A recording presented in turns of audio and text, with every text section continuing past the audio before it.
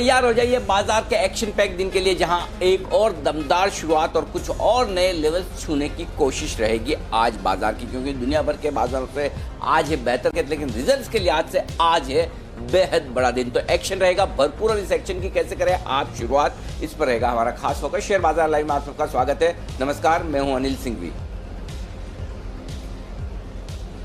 नमस्कार, मैं हूं दीपांशु भंडारी। आज ऑफ कोर्स ग्लोबल मार्केट से भी थोड़ा सपोर्ट मिलते हुए दिख रहा है, तो देखेंगे कि अब मार्केट्स की चाल कैसी रह सकती है इवेंट पैक्ड डे पर। तो सर, सबसे पहले बताइए आज के बड़े ट्रिगर्स क्या हैं?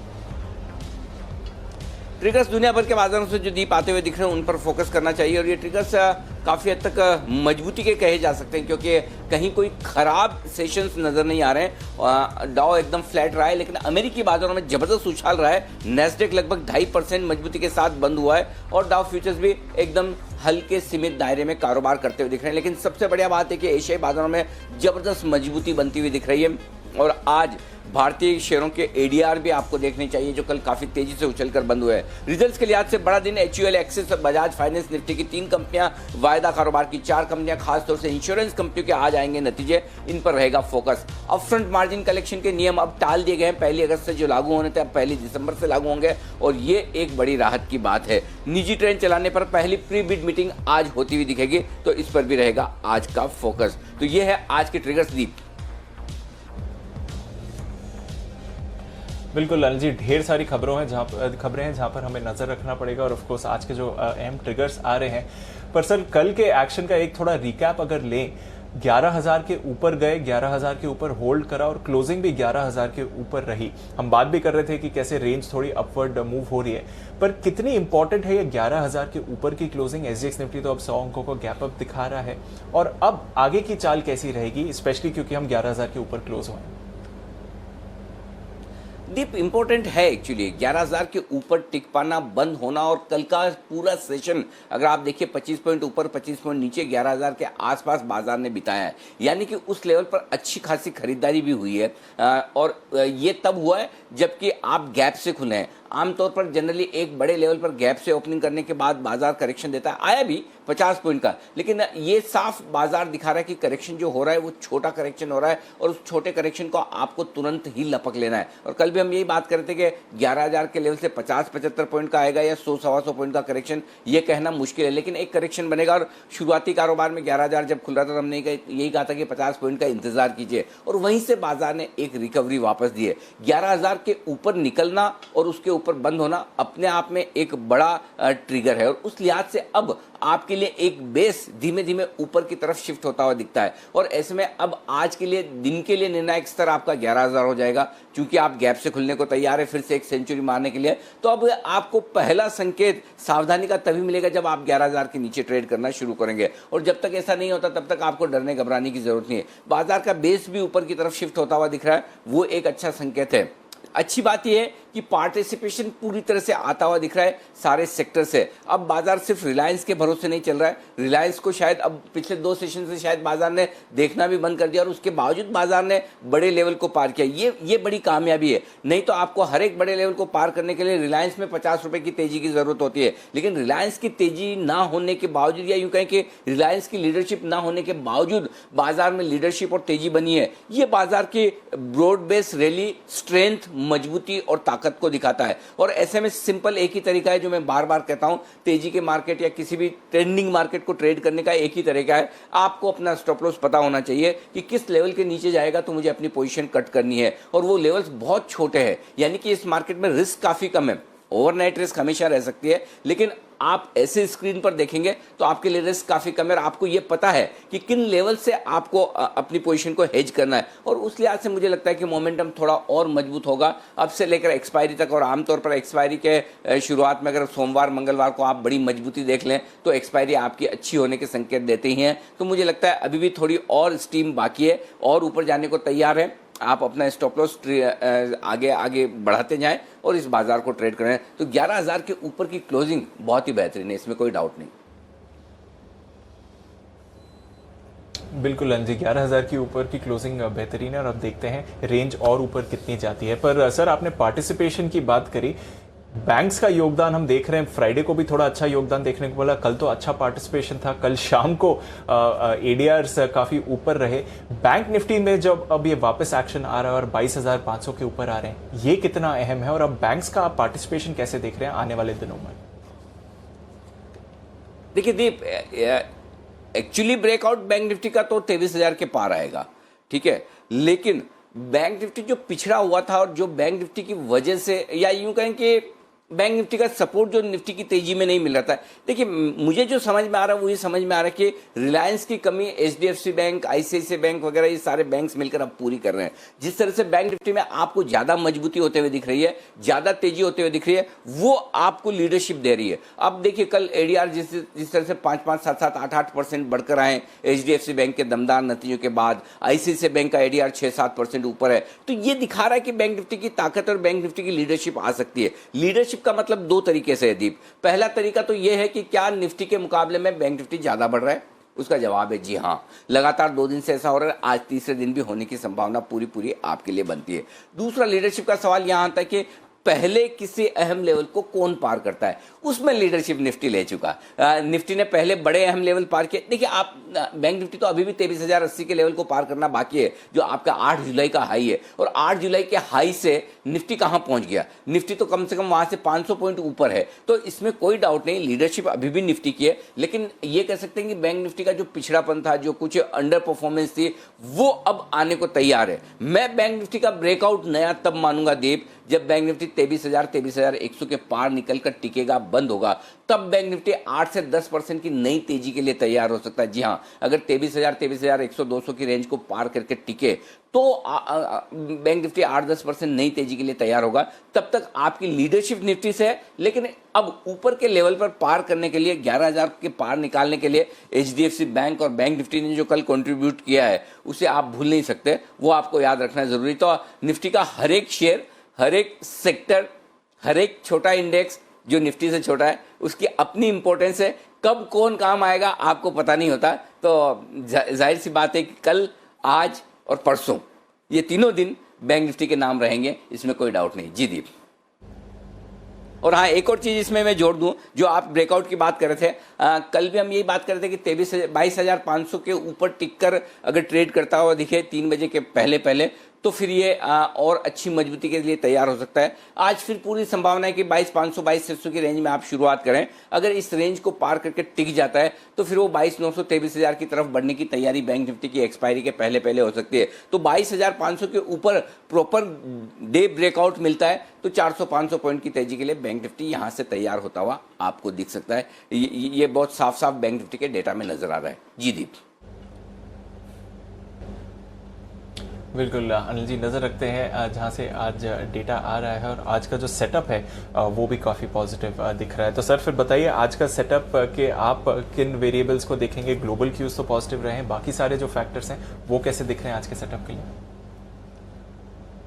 देखिए, ग्लोबल शांत संकेत आते दिख रहे हैं दीप। अब आप देखिए, ग्रेजुअली डाउ में वो उतार चढ़ाव नहीं है, कम होता दिख रहा है, रेंज दिन की छोटी होती दिख रही है, और डाउ फ्यूचर्स भी आपको जो 100, 150, 200, 250, 300 पॉइंट ऊपर नीचे दिखता था, अब 25-50 पॉइंट, कल भी आपने दिन भर में देखा 50 पॉइंट ऊपर, 50 पॉइंट नीचे, इस तरह की रेंज में डाउ फ्यूचर्स ट्रेड करते हुए दिख रहे हैं। तो डाउ की वोलेटिलिटी कम होती दिख रही है। लेकिन ग्लोबल मार्केट्स के संकेत मैंने पॉजिटिव इसलिए लिखे कि ऐसे तो मैं सुस्ती वाले न्यूट्रल भी लिख सकता था, लेकिन कल जो कुछ एक्शन दिखा वो दिखा आपको नैस्डैक में। नैस्डैक ने कल जिस तरह की दमदार उछाल दिखाई है, और नैस्डैक फ्यूचर्स अब भी मजबूती के साथ ट्रेड कर रहे हैं, ये आपको दिखा रहा है। देखिए, इस बार है ना, आपको कहीं कोई गलतफहमी नहीं होनी चाहिए। पूरी की पूरी तेजी, हम भले क्रेडिट डाउ को दे दें, और हम आमतौर पर अमेरिकी बाजार बोल देते हैं, और अमेरिकी बाजारों से हमारा मतलब डाउ से ही रहता है, लेकिन डाउ ने लीड किया है क्या? जी नहीं, लीड तो पूरा का पूरा इस बार नैस्डैक ने ही किया। कल फिर से अल्फाबेट और जिस तरह से अमेजोन, ये सारे के सारे स्टॉक्स भागे हैं, टेक्नोलॉजी वाले शेयर, और इतनी तेजी आपको 2.5% की नैस्डैक में बनती हुई दिखी है। गर्मी है, ये रुकने वाले नहीं है, पैसा है, आ रहा है, इन्हीं शेयरों में आ रहा है और नेस्डेक की लीडरशिप है। नेस्डेक वो वैसे ही हाल है जो निफ्टी और बैंक निफ्टी का है। निफ्टी बड़ा इंडेक्स है, उसके नीचे बैंक निफ्टी आउट परफॉर्मेंस भी करता है, बढ़ने या गिरने की तरफ तो थोड़ा दब जाता है। सेम वही हाल है ना, ये डाउ और नेस्डेक दोनों भाइयों का है। डाउ बड़ा भाई है, नेस्डेक छोटा भाई है। नेस्डेक की परफॉर्मेंस दमदार होती है लेकिन दिखती नहीं है, तो वो वाली बात है कि दिख नहीं रही, लेकिन क्या चार्ट है और क्या दिन का आप देखिए ट्रेंड, तो मतलब दिन के हाई पॉइंट पर जाकर, जबकि डाउ इतना वोलेटाइल रहा है पूरे दिन भर में, उसके बावजूद नेस्डेक में जो मजबूती आती दिख रही है, इसका मतलब बहुत क्लियर कट है ट्रेंड। आईटी शेयरों में, टेक्नोलॉजी शेयरों में, एंटरटेनमेंट से जुड़े ये जो सारे नए जमाने के शेयर जिनको मैं कहता हूं, इनमें जो खरीदारी हो रही है वो काबिल तारीफ है। अब प्रॉब्लम है कि हमारे पास तो वो है नहीं, तो हमारे पास जो है हम वही खरीदेंगे। तो इस लिहाज से ग्लोबल संकेत आपके लिए पॉजिटिव है। एफआईज के संकेत पॉजिटिव हैं लगातार दूसरे दिन। घरेलू फंड्स के संकेत नेगेटिव हुए हैं न्यूट्रल से। वायदा कारोबार के संकेत दीप नेगेटिव साइड पर हैं। सेंटीमेंट और ट्रेंड पॉजिटिव साइड पर। जी बिल्कुल, सेंटिमेंट और ट्रेंड अभी भी पॉजिटिव है, बट कुछ बीच में संकेत ऐसे हैं जो शायद थोड़ी धीमी ब्रेक कर सकते हैं, पर देखते हैं किस तरह की रेंज रहेगी। रेंज की बात करें सर, तो फिर अब क्या रेंज और थोड़ी ऊपर आते हुए दिखती है? किस तरह की रेंज आप देख रहे हैं? जी हाँ दीप, 10,900 10,950 अब निफ्टी पर मजबूत सपोर्ट जोन के तौर पर काम करेगा। गैप से खुलने के बाद 11,000 आपके लिए बड़ा लेवल बन जाएगा। और कमजोरी का या सावधानी का, कमजोरी तो नहीं कहूंगा, सावधानी का पहला संकेत ही आपको अगर आप 11,000 के नीचे आते तो दिखेगा। और 11,100 11,150 की रेंज में अगर आप खुलते हैं, जैसा कि अभी एसजेक्स निफ्टी संकेत दे रहा है, तो फिर आपके लिए ना ऑलरेडी 11,000 बेस बन जाएगा। और इस लिहाज से 10,950 10,900 ये आपके लिए मजबूत सपोर्ट जोन है अब निफ्टी पर। 11,150 11,200 कर लीजिए। 11,150 11,200 आपके लिए हायर जोन है। 11,150 से 11,200 इसको नोट कर लीजिएगा, चेंज कर लीजिएगा। बैंक निफ्टी पर 21,900 22,000 ये आपके लिए डे सपोर्ट जोन है। 21,900 22,000 इस पर नजर रखिए। 22,200 माफ कीजिएगा, कल का लो भी लगभग 22,187 का है, तो 22,200 के आसपास बैंक निफ्टी पर मजबूत सपोर्ट जोन है। ऊपरी स्तरों पर दो रेंज देना चाहता हूं। पहली रेंज है 22,600 22,675, यहां हल्की रुकावट है और इसको पार करने के बाद हम आगे बढ़े तो फिर सीधा 22,800 23,080 का जो लेवल है वहां तक जाने की कोशिश बैंक निफ्टी की हो सकती है। वहां पर आपको प्रॉफिट बुकिंग करनी चाहिए। ये आपके लिए बड़े रेंज, बड़े जोन हो गए हैं दीप, ये आज के लिए। जी बिल्कुल अनिल जी, अगर आज की रेंज की बात करें तो फिर किस तरह का एक्शन देख रहे हैं? किन किन लेवल्स पर नजर रहनी चाहिए? देखिए दीप, बहुत एकदम मतलब क्लियर कट, साफ साफ एकदम से ऐसे लेवल्स आ रहे हैं, बड़े मजेदार है एकदम, याद रखने में आसान। देखिए 11,000 11,100 ये छोटी रेंज होगी। 10,950 11,150 मीडियम रेंज होगी।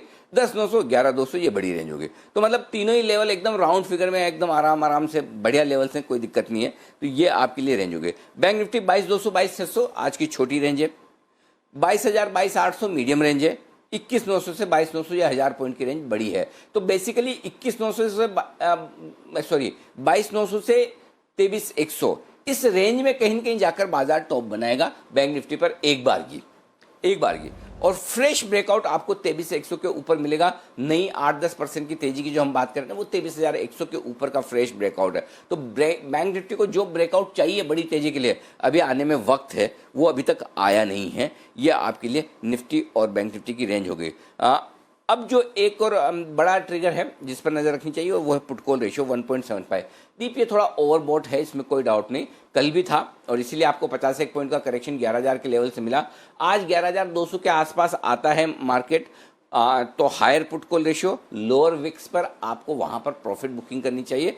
बहुत एग्रेसिव ट्रेडर हैं तो 11,200 के जितना नजदीक बेच सकते हैं बेचना भी चाहिए, शॉर्ट भी करना चाहिए। और वहां से आपको अब वही वाली बात है कि ये 50 पॉइंट का करेक्शन देता है, 75 100 125 150 या 200 पॉइंट का कितना करेक्शन देता है ये मुझे नहीं पता, लेकिन 11,200 के लेवल के आसपास से एक करेक्शन आएगा। उस करेक्शन में अगर आप स्किल ट्रेडर हैं और बेचना जानते हैं, स्ट्रिक्ट स्टॉप लॉस के साथ स्क्रीन के सामने रहते हैं तो ठीक, अदरवाइज जो करेक्शन मिलता है उसमें दिमाग में लगाएं, फिर से खरीदारी करने का मौका ढूंढें। जैसा कल हम सुबह कह रहे थे कि 10,950 के आसपास आए तो फिर से खरीद लीजिए। 50 75 100 पॉइंट का करेक्शन मिलता है तो खरीदने का सोचा है। बेसिकली ये है कि जो करेक्शन आपको 11,150 11,200 के आसपास से 11,200 ज़्यादा समझ लें, उसके आसपास से जो मिलेगा उसमें आप 11,000 नहीं तोड़ेंगे, ये भरोसा रखें। इनफैक्ट 11,150 भी शायद ना तोड़ें, तो 11,050 से लेकर 11,100 11,125 की रेंज में कहीं आप वहाँ वापस सपोर्ट लेते हुए देखेंगे निफ्टी को, ये उस वक्त पता चलेगा और वहां पर आपको फिर से खरीदारी कर लेनी है। तो एग्रेसिव ट्रेडर हैं तो ही आपको मिलना है, बट इसमें कोई डाउट नहीं, वायदा कारोबार के डेटा साफ करें कि मार्केट ओवरबॉट है और ओवरबॉट मार्केट में आपको खरीदना है करेक्शन पर, क्योंकि ट्रेंड पॉजिटिव है, सेंटीमेंट पॉजिटिव है, खरीदने का डायरेक्शन क्लियर करें, बाय ऑन डिप्स का मार्केट है। सिर्फ इतना ध्यान रखना है कि इंडेक्स आप किसी भी लेवल पर ना खरीदें, करेक्शन आपको इंट्राडे में मार्केट देता है, जरूर देगा और वहां पर आपको फिर से लेना है। जी दीप। बिल्कुल अनिल जी, तो ऊपरी स्तरों पर थोड़ा ध्यान रखें, पर वैसे मार्केट का ट्रेंड बाय ऑन डिप्स ही रहेगा और उस अपॉर्चुनिटी का आप इंतजार करें। जिनकी एग्जिस्टिंग पोजीशंस हैं सर, कैरी फॉरवर्ड करेंगे तेजी या मंदी की, उन्हें क्या ध्यान में रखना चाहिए? देखिए, जिनका एग्जिस्टिंग तेजी का पोजीशन है, इंट्राडे स्टॉप लॉस आपका 11,000 हो जाएगा दीप, और क्लोजिंग बेसिस पर जो आपको स्टॉप लॉस लगाना है वो लगाना है 10,900 का। ये दोनों clear cut well defined stop loss है आपके। बैंक निफ्टी पर इंट्राडे स्टॉप लॉस है आपका 22,150 का, क्लोजिंग बेसिस पर स्टॉप लॉस निकल कर आता है 21,900 का। ये दो स्टॉप लॉस आप इंट्राडे और क्लोजिंग बेसिस पर ध्यान में रखिए। क्योंकि ट्रेंड तेजी का है, इसलिए आपको शॉर्ट साइड की पोजीशन में स्टॉप लॉस ज्यादा दूर नहीं रखने हैं। यहाँ पर 11,050 ये एकमात्र स्टॉप लॉस है, आज उसके ऊपर आप खुलेंगे तो इंट्राडे ट्रेडर्स के लिए तो खुलते ही स्टॉप लॉस आपका ट्रिगर हो गया। और ऐसे में बैंक निफ्टी पर आपके लिए स्टॉप लॉस होगा 22,600 का, और ये भी खुलते ही आपका स्टॉप लॉस ट्रिगर होने की संभावना बनती है। खुलते ही नहीं तो थोड़ी देर में बाद में भी हो सकता है, निफ्टी में तो नेचुरली खुलते ही हो जाएगा। जिनको क्लोजिंग बेसिस पर पोजिशनल स्टॉप लॉस रखना है वो इन लेवल्स पर ध्यान रखें। जी दीप। ओके, तो इस तरह आप अपनी एग्जिस्टिंग पोजीशंस का ख्याल रख सकते हैं। नई पोजीशंस अगर बनानी हो तो फिर क्या राय देंगे सर? देखिए, नई पोजीशन जिनको बनानी है उनको निफ्टी खरीदना चाहिए। स्टॉप लॉस अभी मैं 10,950 दे रहा हूं और बाद में हम इसको बढ़ाकर दीप 11,000 का कर देंगे। अभी जो टारगेट आपका बनेगा निफ्टी में खरीदारी करने के लिए आज से, वो 11,100 पहला टारगेट है, नहीं कि 11,000। ध्यान रखें 11,000 के तो ऊपर ही हम बंद हुए हैं। 11,100 पहला टारगेट है। 11 इसको 11,150 100 कर लें, 11,150 और 11,200 ये तीन टारगेट आपको नोट करके रखने। 11,100 11,150 11,200 ये तीन टारगेट आपके लिए हो गए। जो लोग शॉर्ट करना चाहते हैं, जो स्किल ट्रेडर्स है, स्ट्रिक्ट स्टॉप लॉस के साथ ट्रेड करना जानते हैं और रिस्क लेना जानते हैं, और साथ ही छोटे मुनाफे में जिनको ट्रेड घुमाना आता है, उनके लिए शॉर्ट करने की राय है। 11,150 11,200 के रेंज में आप एक चांस ले सकते हो शॉर्ट करने का। स्ट्रिक्ट स्टॉप लॉस आपका 11,250 होना चाहिए, उसके पार निकले तो फिर शॉर्ट ना रहें। और नीचे की तरफ 11,100 11,050 और ज़्यादा से ज़्यादा 11,025, इतना छोटे मुनाफे के लिए आप एक चांस ट्रेडिंग का ले सकते हैं। अदरवाइज बेहतर ये होगा, अगर आपको ट्रेड करना है तो फिर दिमाग न लगाएं, फिर वहाँ पे है ना सीधा सीधा आप है ना खरीदारी करें जब करेक्शन आपको मिल जाए। बैंक निफ्टी 22,150 ये आपका स्टॉप लॉस होगा नीचे की तरफ, और ऊपर आपको जो टारगेट लगाना है खरीदारी में बैंक निफ्टी में 22,600 22,675 ये जो दो छोटे टारगेट है। 22,800 22,900 दो मीडियम टारगेट है, और उसके बाद 22,975 23,075 तक के टारगेट फाइनल बनते हैं। 22,975 से 23,975 की रेंज में कहीं न कहीं टॉप बनाएगा, ये बैंक निफ्टी पर है। जो लोग बैंक निफ्टी शॉर्ट करना चाहते हैं वो 22,800 से 23,000 की रेंज में शॉर्ट कर सकते हैं। 23,100 आपका स्टॉप लॉस होगा, स्ट्रिक्ट स्टॉप लॉस, और 23,100 के ऊपर टिक जाए तो आपको शॉर्ट भी काटना है, डबल लॉन्ग भी करना है, ये भी ध्यान रखिए। 22,675 22,550 और 22,400 तक के टारगेट्स के लिए आपको बिकवाली करनी चाहिए। तो ये स्किल ट्रेडर्स के लिए शॉर्ट पोजीशन बनाने की राय ऊपरी स्तरों पर। जी दीप। बिल्कुल अनिल जी, तो ये तो क्लियर है कि 11,150 11,200 के करीब आपको बैंक निफ्टी पर थोड़ी रेजिस्टेंस आती हुई दिख सकती है, या फिर थोड़े मुनाफा बुक करने के जोन्स हैं, पर डिप पर खरीदना है, ये अनिल जी की राय आपके लिए है। जैसे जैसे अनिल जी मार्केट्स ऊपर जा रही है, वैसे वैसे बैन में और एफएनओ स्टॉक्स आ रहे हैं, वापस 10 स्टॉक्स हो गए बैन में सर। लिस्ट लंबी होती जा रही है, बस वही है मार्केट वही है, मार्जिनिंग सिस्टम आगे अप्रूव बढ़ा दिया है। अब सब मार्केट स्टेबल है। अब मेरे ख्याल से पुरानी मार्केट वाइज पोजीशन लिमिट पर आ जाने का वक्त है। देखिए कब एक्सचेंजेस इस पर फैसला लेते हैं, वही वाली बात है। इसीलिए 10 स्टॉक बैन में है। बैन में होने में क्या, स्टॉक्स की प्राइसेस वो सही रियलाइजेशन नहीं हो पाता जो होना चाहिए। स्टॉक जितने कम से कम बैन में रहें उतना प्राइस डिस्कवरी सही होगी। तो अब इसको मेरे ख्याल से रीथिंक करने की ज़रूरत है। चाहे तो वापस से पुराने लेवल पर ले आएँ, चाहे तो जो 50% पोजीशन काटी थी उसे घटाकर 25% कर दें, तो कम से कम 25% की एडिशनल जगह और ओपन पोजीशन बनाने में मिल सकती है। तेज़ी का मार्केट है, लोगों को पार्टिसिपेट करना है तो पोजीशन बनाने का मौका देना भी चाहिए। तो ये अब होना चाहिए मेरे ख्याल से। देखते हैं कब होता है दीप जी। नजर रखते हैं उस पर अनिल जी। पर अगर वायदा कारोबार और फंड्स के संकेत देखें सर, तो वायदा कारोबार के संकेत तो आज भी आपने नेगेटिव रखे हैं, वहां से किन क्या लेवल्स निकल कर आते हैं? और एफआई से जो एक बार फिर से सपोर्ट आया, कल तो काफी बड़ा सपोर्ट आया जहां तक एफआई एक्शन का सवाल है कैश मार्केट। दीप देखिए 1700 करोड़ की खरीदारी बड़ी है, और दूसरी बात इसमें ये कि जब खरीदारी बड़ी है इसमें कोई ऐसी ब्लॉक डील्स वगैरह का हाथ नहीं है, एक्चुअल खरीदारी है, ये एक अच्छा संकेत है। हालांकि घरेलू फंड ने कल दबाकर बेचा है 1500 करोड़, उन्होंने भी बिकवाली किए, तो है सप्लाई भी आ रही है। और वायदा कारोबार में आंकड़े थोड़े से ठंडे आए हैं एफआईज की तरफ से। इंडेक्स में 68 करोड़ की बिकवाली है, स्टॉक फ्यूचर्स में 275 करोड़ की बिकवाली है। तो बड़ी वायदा कारोबार में कोई उनकी शॉर्ट कवरिंग नहीं हुई। लेकिन कैश मार्केट, और आपको याद है मैं पिछले 3 दिनों से आपको यही कह रहा हूँ कि देखिए वायदा कारोबार एफआईज का मूड बदलने का तरीका आप सोच लीजिए। पहले वो एफएनओ में ट्रेड डायरेक्शन बदलने की कोशिश करते हैं और उसके बाद कैश मार्केट में आता है। तो पहले उन्होंने एफआईज ने एफएनओ में शॉर्ट काटना शुरू किया, वहाँ खरीदारी शुरू की और वहाँ हाथ रोककर अब कैश में आते हुए दिखे। ये ट्रेंड है, हमेशा का ट्रेंड है। जब वो बेचना शुरू करेंगे तब भी पहले आपको इंडेक्स और स्टॉक फ्यूचर्स बेचेंगे और बाद में कैश में बिकवाली आती हुई दिखेगी। तो ये एकदम साफ ट्रेंड है और ये डेटा मजबूत है। घरेलू फंड ने थोड़ा बेचा है 1500 करोड़, वो नेगेटिव साइड पर है। जाहिर सी बात है ये खरीद भी रहे थे जब बाजार खराब था, तो ऐसे में उनकी प्रॉफिट बुकिंग करना लाजमी है। आइए वायदा कारोबार के आंकड़े आपके सामने रख दूँ। 11,000 का लेवल अब आपके लिए मजबूत सपोर्ट के तौर पर काम करेगा और उसकी 2 वजह है दीप। एक तो 11,000 के लेवल पर पुट में तो पोजीशन बहुत ज़्यादा नहीं है, 13 लाख शेयरों ही हैं, लेकिन कॉल्स में 20 लाख शेयर है और जो 20 लाख शेयर कॉल्स में हैं जाहिर सी बात है, और 25 लाख शेयर मंथली सीरीज में भी है, तो 45 लाख शेयर जो ये हैं ये अब रिस्क पर हैं, जैसे 11,000 के ऊपर आप हैं। तो जाहिर सी बात है कि अब वो सपोर्ट का काम आपके लिए करेगा। वीकली सीरीज जो परसों एक्सपायरी होनी है उसमें हाईएस्ट ओपन इंटरेस्ट कॉल्स में 11,200 पर है 27 लाख शेयरों का। तो ट्रेडिंग रेंज आपकी वेल डिफाइंड हो गई वायदा कारोबार के लिहाज से 11,000 11,200। अब आइए बैंक निफ्टी।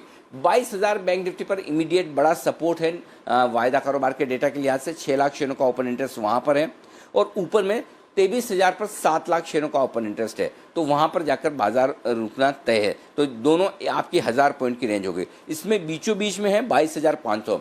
अब इंटरेस्टिंग डेटा जो है 22,500 पर वो कॉल्स का है, 5 लाख शेयर कॉल राइटिंग है। यही वजह कल बाजार है ना बैंक निफ्टी 22,500 के आसपास आकर रुक गया। अगर आज गैप से खुले और शुरुआत के 10-15 मिनट टिक गए बैंक निफ्टी पर 22,500 के ऊपर दीप, तो फिर है ना बैंक निफ्टी जोर से भागेगा, क्योंकि ये 5 लाख शेयरों में, हालांकि 5 लाख शेयर बहुत ज़्यादा नहीं होता है बैंक निफ्टी के लिए, लेकिन फिर भी हल्की शॉर्ट कवरिंग और सपोर्ट के तौर पर ये काम आपके लिए करती हुई दिखेगी। तो ये एक बढ़िया ट्रिगर हो सकता है। लेकिन फिलहाल जो डेटा बता रहे हैं वो ये कह रहे हैं 23,000 के ऊपर जाने की संभावना भी बेहद कम है, क्योंकि वहाँ पर ओपन इंटरेस्ट ज़्यादा है। वीकली और मंथली दोनों सीरीज में हाईएस्ट ओपन इंटरेस्ट 23,000 के कॉल्स पर है। तो 1000 पॉइंट की रेंज आपको ट्रेड करनी है। नीचे 22,000, ऊपर 23,000, बीच में 22,500 निर्णायक लेवल है। आप अगर 100-125 पॉइंट बढ़ भी जाएँ तो बुलिश में तो होइएगा, आपको तेजी 22,500 के ऊपर से ही गिननी है। इसका मतलब नहीं कि 22,500 के नीचे आप मंदी में, लेकिन वो फ्रेश तेजी नहीं है, वो कंटिन्यूएशन है। तो आप 22,320-25 पर बंद हुए, 250 पॉइंट जब तक बैंक निफ्टी पर बढ़ते हैं तब तक आप न्यूट्रल हैं,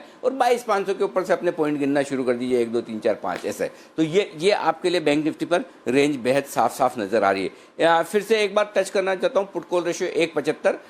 ट्रेडिशनली अब तक ये put call ratio higher side पर और हमेशा ये आपको ओवरबॉट होने के संकेत देता है। हाँ, एक चीज़ जरूर कहना चाहता हूँ, कई बार तेजी के मार्केट में पुट कॉल रेशियो 1.90 1.85 पर जाकर भी ओवरबॉट होता है, लेकिन आप उसका इंतजार नहीं कर सकते। आपको ऊपर के लेवल पर थोड़ा सा सावधान रहना है। नीचे वापस आए बाजार, खरीदारी कर लीजिए, सिंपल। जी दीप। बिल्कुल जी, तो ट्रेंड पॉजिटिव है। ऊपर के लेवल्स पर सावधान रहिए, पर नीचे के लेवल्स पर अपॉर्चुनिटी के लिए इंतजार जरूर करना चाहिए। चलिए देखते हैं आज किस तरह का एक्शन होता है। उससे पहले आपको बता देते हैं कि आज खबरों के दम पर कौन से स्टॉक्स एक्शन में रहेंगे और साथ ही ब्रोकरेजेस का क्या कहना है। और कुछ ही देर में वरिंदर बंसल भी हमारे साथ जुड़ेंगे रिजल्ट एक्सरे के लिए। तो बहुत एक्शन आना बाकी है। मानसी, पूजा और साथ ही आशीष हमारे साथ तैयार हैं बताने के लिए कि कौन से स्टॉक्स पर हमें नजर रखनी चाहिए। मानसी, आपसे शुरुआत करते हैं। गुड मॉर्निंग, बताइए आज कुछ अहम ट्रिगर्स और खबरों वाले स्टॉक्स कौन से हैं? बिल्कुल, गुड मॉर्निंग दीपांशु। कई सारी कैश की कंपनियां हैं जो अपने नतीजे आज पेश करने जा रही हैं। टाटा एलेक्सी, सिंजीन इंटरनेशनल, महिंद्रा, सीआई, हिंदुस्तान कॉपर, हिंदुस्तान जिंक, हटसन एग्रो जैसी कंपनियों के नंबर्स आते हुए हम देखेंगे। इसके अलावा रेलवे कंपनियों के लिए काफ़ी अहम दिन है क्योंकि सरकार की प्राइवेट प्लेयर ट्रेन प्रोजेक्ट के लिए पहली प्रीबिड मीटिंग आज होने जा रही है। प्रीबिड मीटिंग में रेलवे सभी संभावित प्राइवेट प्लेयर यानी कि निजी कंपनियों के साथ मीटिंग कर उनके सवालों और साथ ही अन्य पहलुओं पर बातचीत करेगी, चर्चा करेगी। इसके अलावा एसीसी के नतीजे कल बाजार बंद होने के बाद आए। नंबर्स आप देखिए मार्जिन्स के लिहाज से अच्छे हैं। नंबर्स में वीकनेस बिक्री और मुनाफे के फ्रंट पर देखने को मिल रही है, लेकिन हमारे अनुमान से नंबर्स अच्छे देखने को मिल रहे हैं। बिक्री हम अनुमान लगा रहे थे 2616 करोड़ की आएगी, जबकि बिक्री 2601 करोड़ की आते हुए दिखी है। और अगर सालाना आधार पर देखें 37% की गिरावट यहाँ पर देखने को मिल रही है। मार्जिन 18.8% से 20% पर आते हुए दिखे हैं, जबकि हमारा अनुमान 15.9% का था। मुनाफा 451 करोड़ से 267 करोड़ पर जाता दिखा है, 40% की गिरावट यहाँ पर आप देखेंगे। 215 करोड़ का हम अनुमान लगाकर चल रहे थे। कोरोना के चलते कंपनी के प्लांट्स बंद रहे, जिसका सीधा असर यहाँ पर कंपनी के नतीजों पर पड़ता दिखा। आंशिक तौर पर 20 अप्रैल से कामकाज फिर से शुरू हुआ है और सीमेंट कीमतों में बढ़ते मार्जिन्स, सीमेंट कीमतें जो बढ़ी हैं उससे मार्जिन्स को सहारा मिलता हुआ दिखा है। साथ ही रियलाइजेशंस इनके फ्लैट रहे हैं, वॉल्यूम्स में गिरावट देखने को मिली है। इंडिगो कंपनी के लिए खबर है, वर्कफोर्स में 10% की कटौती कंपनी करने जा रही है और इसी के चलते प्रभावित कर्मचारियों को सेवरेंस पैकेज भी दिया जाएगा। सेवरेंस पैकेज कर्मचारी को तब दिया जाता है जब उन्हें अचानक या उनकी मर्जी के खिलाफ निकाला जा रहा हो। प्रभावित कर्मचारियों का मेडिकल इंश्योरेंस भी दिसंबर तक बढ़ाया गया है। जुबिलियंट लाइफ कंपनी ने भारत में रेमडेसिविर दवा के लिए भारतीय रेगुलेटर डीजीसीआई से मंजूरी मिलती दिखी है।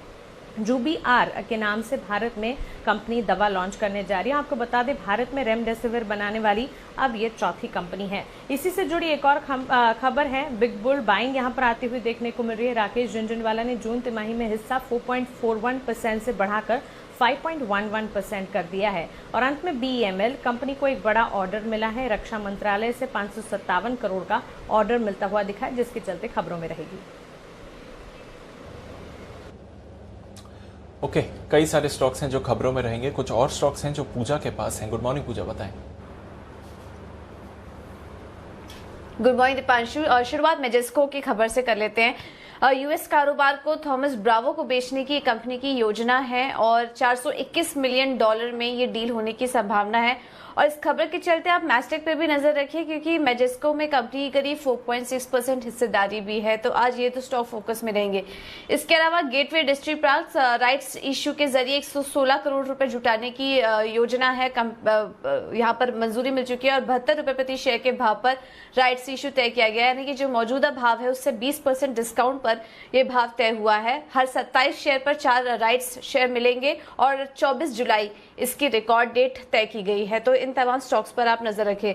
इसके अलावा अपोलो हॉस्पिटल्स जून तिमाही में एलआईसी ने जो हिस्सा है वो बढ़ा दिया है, 3.91% से बढ़ाकर 4.63% किया है। ये लेटेस्ट शेयर होल्डिंग पैटर्न आया है और उसके मुताबिक एचडीएफसी लाइफ ने भी अपने हिस्से में बढ़ोतरी की है, 1.28% से बढ़ाकर 1.55% किया है और आदित्य बिरला सन लाइफ ने भी हिस्सा 2.65% से घटाकर 2.18% किया है। तो ये शेयर होल्डिंग पैटर्न का एक अपडेट अपोलो हॉस्पिटल से जुड़ा।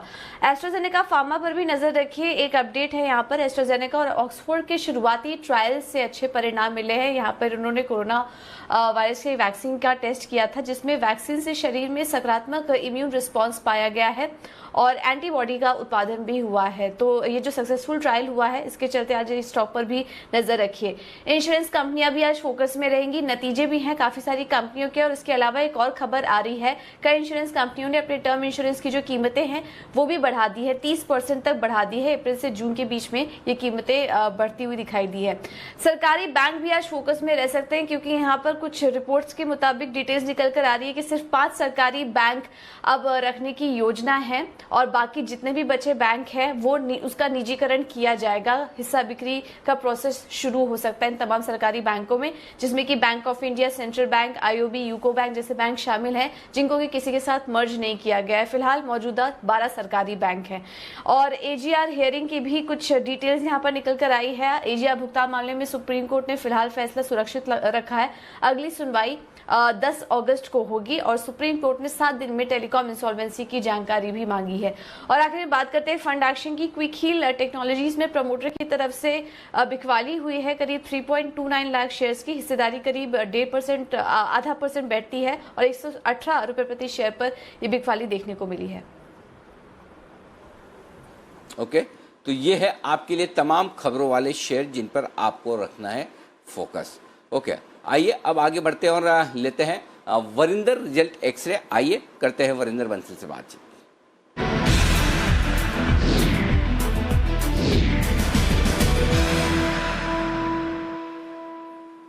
रिजल्ट सीजन है जोरों पर और ढेर सारे रिजल्ट्स आए, उनमें से कुछ सेलेक्ट किए हैं वरिंदर ने आपके लिए। तो बताइए, पहले अच्छे रिजल्ट से करते हैं शुरुआत। वरिंदर बताइए कौन से रिजल्ट्स मजबूत दिखे हैं आपको? Good morning sir.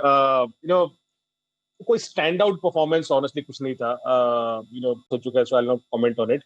सो डेन नेटवर्क्स के नंबर्स अगर आप फेस पे देखो तो बहुत अच्छे लग रहे हैं सर, बट अगेन मुझे उसका वैल्यूएशन नहीं समझ आता। As I said, sales is the most important thing you have to watch in this quarter. इसका सेल्स नीचे था सर 4%, बट एबिटा 55% ऊपर था। मार्जिन 21% वर्सेस 13% और प्रॉफिट 60 करोड़ वर्सेस कुछ 10-11 करोड़ था।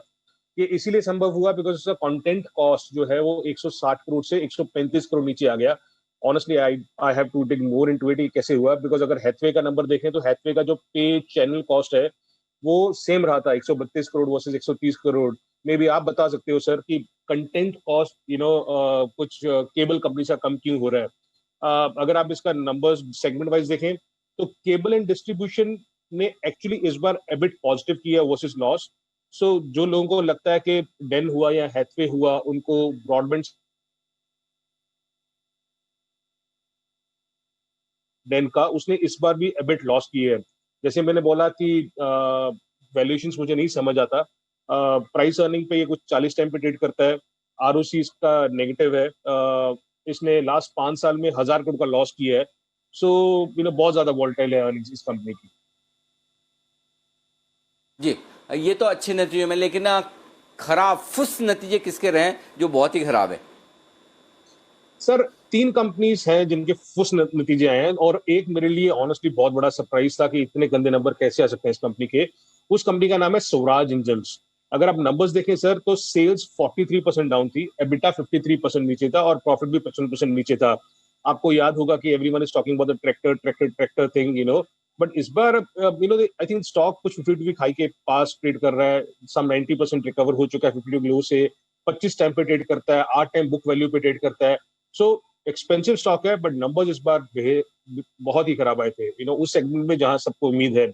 एनआरबी बेयरिंग दूसरा नंबर है सर जो बहुत गंदा आया था। अगेन ऑटो एंड मैंने कल भी बोला कि इनके नंबर्स अच्छे नहीं आ रहे हैं। तो एनआरबी बेयरिंग में आप देखिए सर सेल्स 70% डाउन थी और इस बार कंपनी ने एबिटा लॉस किया 16 करोड़ का versus a profit of 30 crore. Average run rate sales का पर क्वार्टर इसका 200 करोड़ का होता है, जो कम होकर इस बार कुछ 60 करोड़ के आसपास आ गया है। Again it is not at all cheap stock. 24 times price earning भी ट्रेड करता है। लास्ट कंपनी सर जो मैं बात करना चाहूंगा वो है बॉम्बे डाइंग। अगेन लोगों को बहुत उम्मीदें हैं इस कंपनी में बहुत कुछ हो जाने की, बट नंबर्स इस बार बहुत ही खराब आए थे। रेवेन्यूज 85% डाउन, एबिटा लॉस था वर्सेस अ प्रॉफिट और लॉस कुछ 130 करोड़ का आया। सर आप सोचिए इसने इस बार नेगेटिव मार्जिन किया कुछ 25% का। अगर आप लास्ट 10-12 क्वार्टर देखते हो तो ये 25% नेगेटिव मार्जिन से कुछ क्वार्टर्स में ऐसा भी हुआ है कि इसका 50% प्लस एबिटा भी आया है, मार्जिन भी आया है। सो ये बहुत ज्यादा वॉलेटाइल नंबर्स है। इसके 3 सेगमेंट्स है, रियल एस्टेट, पॉलिस्टर और टेक्सटाइल। तो समझ में आता है कि रियल एस्टेट इस बार अच्छा नहीं कर रहा, बिकॉज उसका सेल्स कुछ 250 करोड़ से 12 करोड़ हो गया है। But even other businesses, polyester जो जान माना जाता है इस कंपनी की, उसका सेल्स भी 350 करोड़ से 70 करोड़ रह गया, और टेक्सटाइल बिजनेस का कुछ 50 करोड़ से कुछ 1 करोड़ रह गया है। 1500 करोड़ का मार्केट कैप है, 4,000 करोड़ का डेट है, सो डेट भी है ज्यादा इस कंपनी में। सो नंबर किसी भी तरीके से बेहतरीन नहीं लग रहे थे। एक छोटा सा company endo mines, again chemical company बोलते हैं कि केमिकल कंपनी है, उसका भी नंबर बहुत ही खराब था सर। एबिटा 40% डाउन था, प्रॉफिट 75% डाउन था।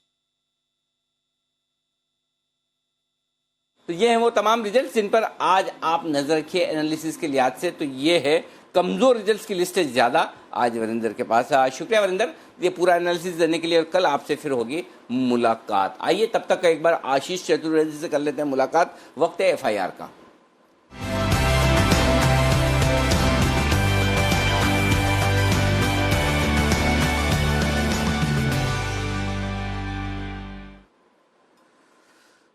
आशीष बताइए, रिपोर्ट्स ढेर सारी हैं आज।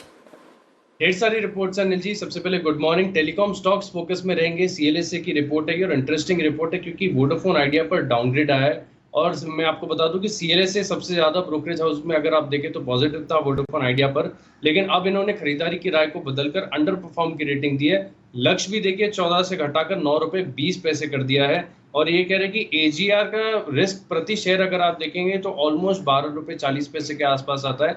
इसके चलते इन्होंने स्टॉक को डाउनग्रेड कर दिया है। सिमिलरली अगर आप देखें तो भारतीय एयरटेल पर ये पॉजिटिव है, अब ये खरीदारी की राय को बरकरार रखे हुए हैं, लेकिन लक्ष्य में मामूली सी कटौती की गई है, 720 से घटाकर 715 कर दिया है। 578 कल की क्लोजिंग है। और ये कह रहे हैं कि AGR भुगतान का अनुमान अगर यहाँ पर रिस्क प्रति शेयर को फैक्टर इन करके देखें तो ऑलमोस्ट 48 रुपए प्रति शेयर के आसपास आता है। इसके चलते कंफर्टेबल और खरीदारी की राय को बरकरार रखा है।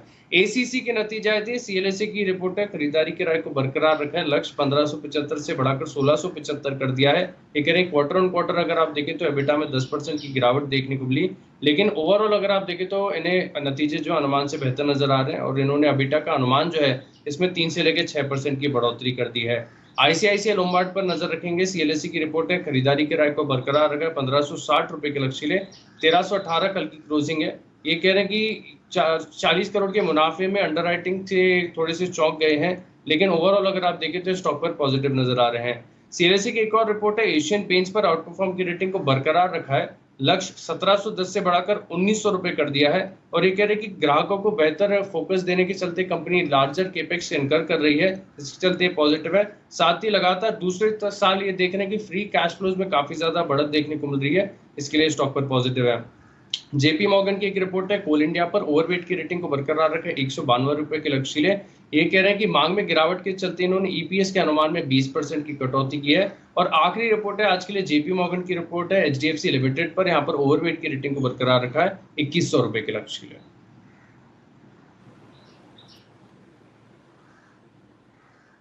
ओके, तो ये है वो तमाम रिपोर्ट्स जिन पर आपको रखना है फोकस। आइए अब आगे बढ़ते हैं, शामिल करते हैं हमारे सारे एक्सपर्ट्स को, और वक्त है पिक ऑफ द डे के बिगुल का।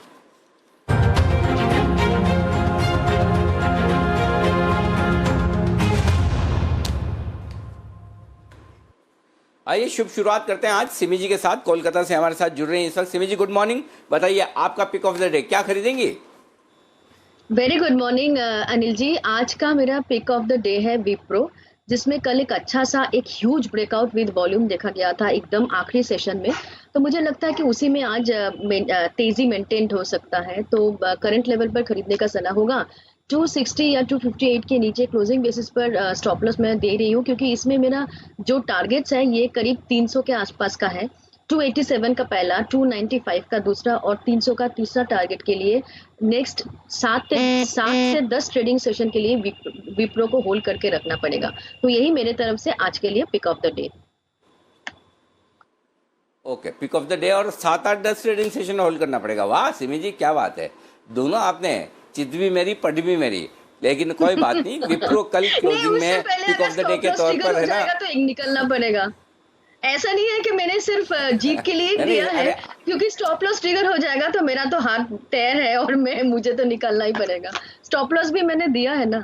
अरे गजब कर रही है आपका स्टॉप लॉस। अरे आपका स्टॉप लॉस कैसे ट्रिगर हो जाएगा, ऐसे कैसे हो जाएगा? कुणाल जी राकेश जी को जानती नहीं क्या आप? वो आपके साथ में है। कल उन्होंने पिक ऑफ द डे कल ही दे दिया था विप्रो, बाजार बंद होने के पहले ही। कल का आज का पिक ऑफ द डे कल विप्रो ऑलरेडी कुणाल जी, राकेश जी दे चुके, तो उनका पूरा तन मन धन से सपोर्ट है, आप चिंता मत करें। चाहिए तो कंफर्मेशन दिलवा दूं। Bansal ji, pick of the day Wipro है ना आपका? Good morning Anil ji, good morning Deepanshu. Anil ji बिल्कुल विप्रो ही है, मैं कभी पिक ऑफ द डे बदलता नहीं हूँ। सिमी जी को पूरा समर्थन है और टारगेट जब सिमी जी के अचीव होंगे 300 रुपए के, तो एक बड़ा धन्यवाद अनिल जी हमारी तरफ से रहेगा सिमी जी को। अनिल जी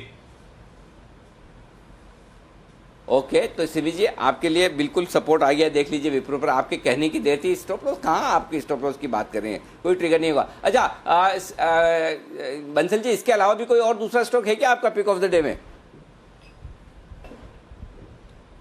देखिए अनिल जी, अगर आप ध्यान दें तो अभी कुछ दिनों पहले हमने महिंद्रा ईपीसी अनिल जी टेक्नो फंडा में कवर करा था, एकदम ब्रेकआउट जैसे ही हुआ था उसको कवर करा था। तो अनिल जी ऐसा ही एक जानदार शानदार स्टॉक ढूंढ के लाए हैं जहां पे प्रमोटर की बाइंग हो रही है। फुली लिक्विड स्टॉक है, मतलब कि हाईली लिक्विड स्टॉक है वो स्टॉक, और उसमें जैसे ही ब्रेकआउट होगा तो आपसे बस इतनी गुजारिश है कि जैसे ही हम उस ब्रेकआउट का संकेत आपको दें तो प्रायोरिटी पे उसको लीजिएगा। वहां पर डिले नहीं करना चाहते हैं, तो वहां पर एक अच्छा मूव एक्सपेक्ट कर रहे हैं। तो एज ऑफ नाउ जुड़े रहे, चिपके रहे उस टेक्नो फंडा कॉल के लिए। ब्रेकआउट आज होता है, कल होता है, उसी चीज का इंतजार है, बट जैसे ही ब्रेकआउट होगा टाइमली उसका अपडेट देंगे जी बिजनेस पर। बिल्कुल, मैं एकदम तैयार हूँ और हमारे प्रोड्यूसर डायरेक्टर स्टूडियो से सब तैयार हैं, क्योंकि अगर मैं बोल रहा हूँ कोई और गेस्ट बोल रहा है, मेरी नज़र बंसल जी पर ना पड़े। तो 2 आदमी बंसल जी मैंने लगा दिए हैं, एक हमारे स्टूडियो डायरेक्टर और दूसरा हमारे शो डायरेक्टर। अब आज पूरे दिन भर ये सिर्फ और सिर्फ आपको देखते रहेंगे, हर वक्त इनकी नज़र आप पर रहेगी। बंसल जी का जैसे एक्शन आए, 3 सेकंड से डिले हुआ तो देख लीजिए सबको मैं लाइन हाजिर कर दूंगा। तो बिल्कुल बंसल जी का जैसे एक्शन आए, सब कुछ रोककर तुरंत उसी वक्त बिल्कुल बजेगा, ठीक है ना बंसल जी? ठीक है, चलिए डन। अब कुणाल जी बताइए अपनी pick. Thank you very much Anil ji. जी कुणाल जी बताइए। अनिल जी देखिए, सबसे पहले तो आपको गुड मॉर्निंग अनिल जी, और गुड मॉर्निंग दीपांशु को।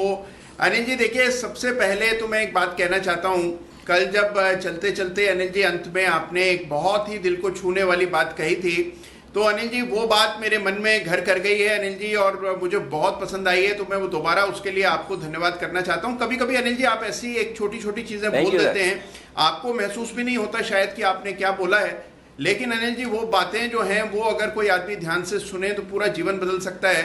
तो कल जो अनिल जी जो आपने बात कही कि जो माता पिता की सही बात भी सही और गलत बात भी सही, अनिल जी ये जो बात है ये वाकई में अनिल जी पूरे दिन में कल इसी के बारे में सोचता रहा। तो अनिल जी कमाल की बात आपने कही थी कल। Thank you, thank you. कभी कभी निकल जाती है, देखिए बात करते करते आशु जी ने बोला और निकल गई बात और वहां से आगे चल पड़ी, तो चलिए अच्छा है। और ट्विटर पे भी काफी लोग मुझे मैसेज कर रहे हैं और काफी लोग, मैंने वीडियो भी डाला था शाम को। तो जी जी जी जी जी कुणाल जी। नहीं अनिल जी, बातें ऐसे नहीं निकलती हैं। देखिए ये जो बातें हैं ये जीवन का निचोड़ है, आपका अनुभव है और आपने जो कुछ देखा है उसका ये परिणाम है कि इस तरह की बात आप कह सकते हैं। और अगर इसको कोई अमल करे अनिल जी, तो मैं मान के चलता हूं कि कोई बाधा, कोई अड़चन, कोई विघन जीवन में नहीं आएगा अगर आप इसको तन मन धन से इस बात को अपना लें। तो अनिल जी कल जो आपने बात की मुझे बहुत पसंद आई, तो उसके लिए आपका विशेष धन्यवाद। और अनिल जी आज की जो पिक ऑफ द डे है, तो राकेश जी ने जैसे कहा और सिमी जी ने भी आज हमारा साथ दिया, तो विप्रो है पिक ऑफ द डे। लेकिन एक और स्टॉक सेम सेगमेंट का वो है HCL टेक, जिसमें कि कल बहुत बड़ी तेजी देखने को मिली है। और विप्रो की तरह अनिल जी यहाँ पर भी चेंज ऑफ गार्ड हुआ है, नए CEO यहाँ पर आई हैं। तो मुझे लगता है कि इस कंपनी में भी आपको बड़ा परिवर्तन अब आते हुए दिखेगा। HCL टेक में एक ब्रेकआउट चार्ट पर देखने को मिला है, तो मुझे लगता है कि 635 के स्टॉप लॉस से इसको बाय करें। मुझे लगता है कि 680 तक HCL टेक जाना चाहिए। तो HCL टेक मेरा pick of the day. Okay, HCL tech है 680 तक जाने की तैयारी में, यहां पर करें खरीदारी। ये है राय इस वक्त कुणाल जी की। Kiran ji good morning sir, बताएं आपका पिक ऑफ द डे और कल कैसा एग्जाम ठीक रहा आपकी बिटिया का? Anil ji thank you so much, बिल्कुल अच्छा रहा। पर अभी एक बहुत बड़ा डिफरेंस देखने को मिला।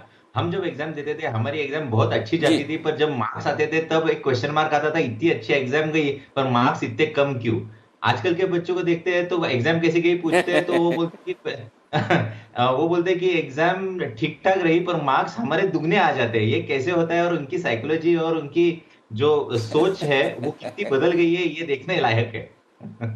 नहीं, उसका रीजन है किरण जी, हर पेरेंट को ये लगता है कि मेरा बच्चा मेरे से कम पढ़ता है, ये मतलब वो प्रॉब्लम है। और दूसरी बात है, हर आदमी को अपने पेरेंट की कदर, फिर जो कल हम बात कर रहे थे ना कि कुणाल जी जिसकी बात कर रहे हैं कि माँ बाप की सही बात तो सही और गलत बात भी सही, वो हर आदमी को तब पता चलती है जब वो खुद माँ बाप के रोल में आ जाता है। जब पेरेंट बनते हैं तो पेरेंट वाली चीज समझ में आती है। और ये ठीक है। शर्मा साहब कुछ कहना चाहते हैं, एक बार मैं शर्मा साहब के पास जा रहा हूँ। जी शर्मा साहब। जी, मैं ये कह रहा था कि जो वर्ड यूज करना चाहिए आपके लिए वो है संस्कार। आपके संस्कार अच्छे हैं, वही आपके थॉट्स में दिखते हैं। एक बात। दूसरी बात ये कहना चाहूंगा, मीडिया का जो कह रहे थे कि नंबर अच्छे आते हैं, तो हमारे जो नंबर्स आते थे वो तो आते थे सर मेरे ख्याल से फ़ारेनहाइट में, और अब जो नंबर आते हैं वो आते हैं सेंटीग्रेड में। और उल्टा है, आप समझिए। तो ये जो इसके डिफरेंस हो गया है, आज कोई भी नंबर्स है बच्चों के 98 से कम तो आते ही नहीं। हाँ एब्सोल्युटली, मतलब वो पैमाना बदल गया अब। और ठीक है भाई, अब वही है, मतलब बेंचमार्क जैसे वो 60% वाला फर्स्ट डिवीजन अब 90% वाला फर्स्ट डिवीजन, वैसा वाला हाल हो गया। तो चलिए बढ़िया है। आइए किरण जी बताइए आपका पिक ऑफ द डे। अरे जी, मेरा पिक वही रहेगा बजाज फाइनेंस, जो कल हमने डिस्कस किया, जो पोजिशनल टारगेट 3800 के दिए वो शुक्रवार तक आने चाहिए। और अभी मैं यही सलाह दूंगा जिन्होंने बाय किया है उस कॉल पे कि हमारे कॉस्ट पे लेके आए, 3400 पे आपका स्टॉप लॉस होना चाहिए अभी, और ये राइड करना चाहिए। सिर्फ एक चीज है, आज दिन भर मुझे मालूम नहीं कब रिजल्ट आएंगे, जब रिजल्ट आएंगे तो अब आपका स्टॉप लॉस कम से कम आर्ली क्लोजिंग बेसिस पे रखना चाहिए, क्योंकि वोलेटिलिटी बढ़ सकती है। तो रिजल्ट है आज, तो रिजल्ट के लिहाज से आप जरा फोकस कर लीजिएगा, अदरवाइज कहीं कोई दिक्कत वाली बात है नहीं। वागले साहब गुड मॉर्निंग। आज आपकी और ये अपने कुणाल जी की शर्ट में बड़ा रंग समान है, और आपके और किरण जी में भी एक चीज समान दिख रही है। जितने आपके कलर शर्ट का कपड़ा बचा है उससे किरण जी की टाई बन चुकी है एग्जैक्टली वो वही कलर की, वही वैसी की वैसी टाई लगाकर भी आए। तो ये दोस्ती मतलब आपकी जो चल रही ना बड़ी मजेदार है। बताएं सर आपका pick of the day. Good morning Anil ji, good morning Deepanshu. Anil ji shirt tie same है लेकिन स्टॉक सेम नहीं है, स्टॉक अलग है। और आज अभी तो बजाए सर, बिल्कुल। आज मैंने एक कैश वाला स्टॉक चुना है, और वो इसके लिए कि कैश वाले स्टॉक जब तक क्लोजिंग बेसिस पे ब्रेकआउट देते नहीं है थोड़ा सा डर लगता है, और ड्यूरिंग द डे मैं ज्यादा फोकस एफएनओ पे करता हूं। तो कैश वाला स्टॉक, और मुझे आपसे इसमें चेक करने की जरूरत नहीं है, जब मैं स्टॉक का नाम बताऊंगा तो आप भी मेरे साथ एग्री करेंगे, क्योंकि ऑलरेडी वेल रिसर्च स्टॉक है, काफी लोगों ने कवर किया है हमारे ही चैनल पे। स्टॉक है CDSL, जिसमें कल एक वीकली बेसिस पे एक बड़ा वाला ब्रेकआउट दिया है। 315 का बंद है, मेरा एक क्लोज 309 का स्टॉप लॉस होगा, और 340 का टारगेट 2 से 3 दिनों में इसमें आना चाहिए। 300 के ऊपर इसने एक मल्टीपल वीकली ब्रेकआउट दिया है। अगर कोई इसमें लंबा व्यू लेता है 3 से 6 महीने का, मुझे ये 400 सवा 400 के आसपास जाते हुए दिखता है। 400 सवा 400 तक के भी बड़े टारगेट्स बन सकते हैं। फिलहाल 340 तक के टारगेट्स के लिए करें खरीदारी, 309 का लगाइएगा स्टॉप लॉस। आइए शर्मा साहब से भी लेते हैं उनका पिक ऑफ द डे। और शर्मा साहब से आपको अगर रोज चाहिए पिक ऑफ द डे तो आपको मिलता है शर्मा साहब का ऑप्शन हर रोज 7:30 बजे शाम को हमारे शो बाजार आज और कल में शर्मा साहब फिक्स तौर पर हमेशा आपको ऑप्शंस की बेहतरीन रणनीति देते हैं। आइए शर्मा साहब से पूछते हैं उनका आज का pick of the day. Good morning sir, बताएं सर। जी नमस्ते अनिल जी। तो अभी जो पिक ऑफ द डे मैं बताने जा रहा हूँ वो बेसिकली मैं कल शाम को इन्वेस्टमेंट की दृष्टि से बता चुका हूँ, और मैं ये इस बात को लोगों के सामने दोबारा रखना चाहता हूँ कि ये जो इंडस्ट्री है फार्मा की, उसके लिए अगले 5 साल बहुत ही अच्छे आने वाले हैं। जो इन्होंने पहले देखा है 5 साल का पीरियड 2008 के पहले, वो अब वापस रिपीट होने वाला है। तो इस दृष्टि से इनके अंदर आप ये समझिए कि भले ही बाकी जगह पे आपको करेक्शन दिखे, लेकिन ये जो सेक्टर है ये अच्छा चल सकता है आगे चलते हुए। और खासकर वो कंपनियां जो जिस तरह से आईटी चला है, वैसे ही एक दूसरा सेगमेंट है फार्मा के अंदर जो कॉन्ट्रैक्ट रिसर्च और जो API बिजनेस है, ये दोनों सेगमेंट्स अच्छे चलने वाले हैं। तो उस दृष्टि से डिवीज लैब एक अच्छा पिक है, करीब 2300 के आसपास है। ये मैं चाहूँगा कि हर निवेशक इसमें थोड़ा सा अपना स्टॉक लेके रखे। हमारा टारगेट इसमें 2610 है और वो एक लंबा टारगेट है, करीब 13.5% के ऊपर। लेकिन आप इसमें से ये देखिए कि इस सेक्टर के स्टॉक्स को आप इकट्ठा करें और आपको किसी प्रकार की चिंता नहीं होगी। और खासकर जितने भी इस सेगमेंट के जो स्टॉक्स हैं वो भी आगे चलते हुए अच्छा परफॉर्म कर सकते हैं, क्योंकि इनके ऊपर जो किसी भी प्रकार का जो डोमेस्टिक वीकनेस है वो फर्क नहीं पड़ता, बिकॉज 88% इनका एक्सपोर्ट्स हैं। तो इसके ऊपर आप ध्यान दें और ये लंबी अवधि का स्टॉक है जो आज भी अच्छा परफॉर्म कर सकते हैं। ओके, एविएशन सेक्टर्स पर शर्मा साहब आपसे राय लेना चाहता हूं। इंडिगो की तरफ से एक खबर आई है कि उन्होंने 10% नौकरियां कम की है। साथ ही एक रिपोर्ट में अभी भी पढ़ रहा था कि पैंडेमिक के पहले के जो एविएशन सेक्टर्स के हालात हैं वो वापस से लौटने में 2023 तक का समय लगेगा, ऐसी रिपोर्ट्स भी आ रही हैं। तो क्या लगता है आपको, वर्स्ट इस प्राइस में है, इंडिगो स्पाइस जेट खरीदने चाहिए, थोड़ा इंतजार करें? देखिए साहब, मेरा मानना है कि हमारा तो कवरेज इस पे नहीं है, लेकिन ये कहना चाहूँगा कि इस वक्त लगता है कि worst is priced in, because अब लग रहा है कि किसी प्रकार से, जैसे बम्बई के अंदर एक तरह से पीक हो चुका है, बेंगलोर में अभी चालू है, दिल्ली में पीक हो चुका है, तो पूना में अभी चालू है। लेकिन ये जो धीरे धीरे जो बात बढ़ रही है कि अब वैक्सीन भी बन रहे हैं, तो उस दृष्टि से यहाँ पे आने वाले समय के अंदर मैं समझता हूँ कि जो आशंकाएं हैं उससे पहले ही ये अपने सही बलबूते पे ये मार्केट आ सकता है। और उसी प्रकार से जब एक बार डर नहीं रहेगा तो इनकी जो फ्लाइट की जो कैपेसिटी है वो भी इनकी बढ़ पाएगी और इसको भी लौटने में टाइम नहीं लगेगा। एक बार पेंडेमिक को जाने दीजिए, ये इस वक्त ये डर वाले माहौल के वैल्यूएशंस हैं, तो ये ज़्यादा समय तक नहीं रहेंगे। तो मेरे ख्याल से वर्स्ट इज प्राइस्ड इन, ये कह सकते हैं इस वक्त। तो ये आपके लिए राय है इस वक्त। ओके, एक और स्टॉक जहां पर जरा किरण जी चार्ट देखिए, जुबिलेंट लाइफ, कल इसको अभी वो रेमडेसिविर दवा बनाने की मंजूरी मिली है। खबरें ये भी आ रही कि कल राकेश झुंझुनवाला साहब ने भी यहाँ पर स्टेक बढ़ाई है, कंपनी के लिए अच्छी खबर भी है। सिप्ला, हेट्रोलैब्स, माइलेन और उसके बाद ये चौथी कंपनी है जो ये दवा बनाएगी जुबीआर के नाम से। इसके चार्ट देखिए जरा, बताइए खरीदने का मौका है क्या इसमें? बहुत ही शानदार चार्ट पैटर्न है। 10 की कमाई में मैंने इसको लगभग 500 के करीब रेकमेंड किया था। अभी वापस एक बार एक अच्छी रैली आने के बाद एक अच्छे कंसोलिडेशन का ब्रेकआउट होने जा रहा है। आज की क्लोजिंग मुझे 340 के ऊपर चाहिए। अगर वो होता है तो मैं मानता हूं कि पोजिशनली वापस एक बार ये तैयारी हो रही है लगभग 850 के टारगेट्स दिखाने की, तो बिल्कुल बाय करके चलना चाहिए। और आपका स्टॉप लॉस अभी के लिए 670 का रहेगा। ओके, BEML, सिमी जी जरा इसके चार्ट्स देखिए और बताइए क्या करना है। 557 करोड़ का एक रक्षा मंत्रालय से ऑर्डर मिला है इन्हें। BEML के चार्ट्स पर कोई तेजी की राय है या छोड़ दे, जाने दें? देखिए, मुझे तो लगता है तेजी की राय देना चाहिए, क्योंकि स्टॉक एक रैली दिखाने वाला था, पर कोई भी कारण से ये स्टॉक में उस रैली जो जैसे हम लोग एक्सपेक्ट कर रहे थे वैसा रैली इसमें देखा नहीं गया है। जो ब्रेकआउट पॉइंट है अनिल जी, वो मैं बता देती हूँ, वो है 680 के आसपास और करेंटली स्टॉक 640 के आसपास ट्रेड कर रहा है। तो मुझे लगता है कि एक बार के लिए कल का हाई निकालने दीजिए 658। वो हाई अगर क्रॉस हो जाएगा तो 680 का मिनिमम टारगेट इसमें बैठता है। और इनफैक्ट मैं इसमें थोड़ा सा ज्यादा बुलिश हूँ, क्योंकि मुझे लगता है कि एक बार 680 के ऊपर जब ये जाके सस्टेन करने लगेगा, 720 से 750 का मिनिमम टारगेट इसमें मैं एक्सपेक्ट कर रही हूँ, जो कि शॉर्ट टर्म में भी पॉसिबल है। पर ये कब होगा ये मुझे मालूम नहीं है, थोड़ा सा टाइम भी लग सकता है, कॉन्फिडेंस थोड़ा सा कम है। पर मुझे लगता है कि मिनिमम 660 और 680 का टारगेट लेके करंट लेवल पर खरीदना पड़ेगा। और जो करंट लेवल पे खरीदना है उन लोगों के लिए 620 या 615 के नीचे मैं स्टॉप लॉस सजेस्ट करूंगी। ओवरऑल मेरा टारगेट 720 से 750 का होगा। ओके, तो ये है आपके लिए राय इस वक्त BEML के स्टॉक पर।